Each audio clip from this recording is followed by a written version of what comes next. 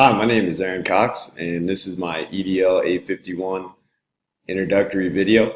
And I currently teach social studies at Mill Valley High School. We are part of USD 232, DeSoto School Districts. I'm going on my 10th year teaching. Before that, I taught for 7 years in the Geary County School District. I taught for 6 years at Fort Riley Middle School and for 1 year at Junction City High School. I want to become a principal because, first of all, I wanted to get my master's, and I wanted to be able to get it in something that I would use in the future. And being able to get that in being a principal, building leadership for secondary education would obviously allow me to do that. But right now, I'm very happy with teaching and coaching. I really enjoy what I do, so I want to continue to do that for the foreseeable future. But I also know that at some point I want to be able to become an administrator so that I can move up into that leadership role and impact students and other teachers in a different way. So I know that I want to be an administrator, but like I said, I don't want to do that right now. So being able to get my master's in building leadership will give me that opportunity to do that when I'm ready for that next step.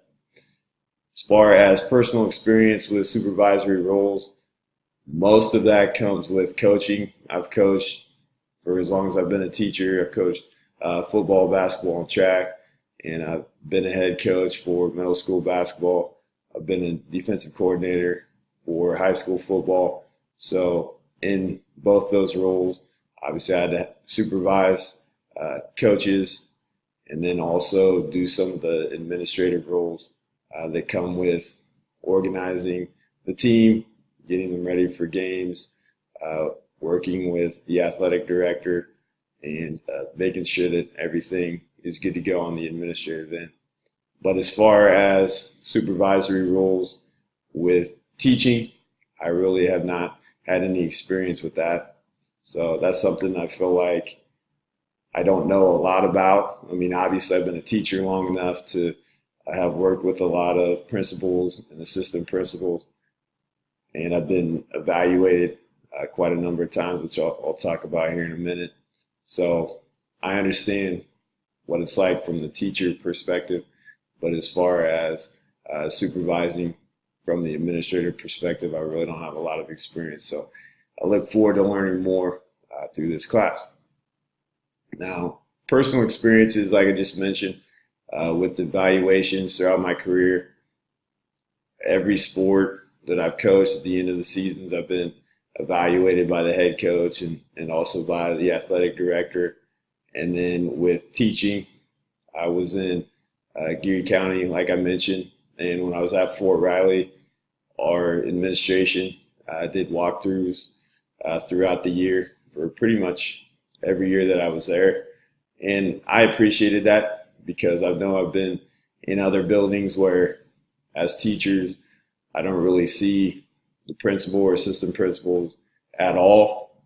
And so with the walkthroughs, the principals and assistant principals would come through our hallway once a month, sometimes twice a month, which doesn't sound like a lot, but like I said before, I mean, it's more than other buildings and situations I've been in the past. So that I appreciated because principals were actually coming to the room and seeing what was going on in that classroom. And so when it came time for state evaluations or any other type of evaluation, obviously they would come in and conduct that evaluation, but they had also been in the room previous to that. And so that helped them have a better understanding, because I think many teachers would agree that evaluations are good, but if a principal is coming in to evaluate once a semester, they're not necessarily getting a true idea of what that classroom is like and the relationships that the teacher has with the students and the level of learning that's going on. So I feel like the more that a principal can get into that classroom of the teacher that they're evaluating, the more effective and accurate that evaluation is going to be. And, personally, I appreciate evaluations. Like I mentioned, if they are often enough where that principal is able to get a clear look at the classroom, even if maybe that particular lesson that the principal watched for me didn't go that great, at least I'm able to get that feedback. And, I think many of the other teachers I've been around, most of us, we want to do well. So just like the students, we appreciate getting feedback. And like I said, that feedback can only really be accurate and really help a teacher if that principal or that supervisor has been in the classroom enough to get a true sense of really what's going on and the level of learning that's happening. So really that's the biggest takeaway that I would say with evaluations from the teacher perspective is that, I appreciate them and I welcome them. And I just want principal to, when they are conducting evaluations, to be in my room really as much as possible so that they can get a true sense of what's going on. And then I feel like the feedback will be a lot better and obviously help me improve as a teacher.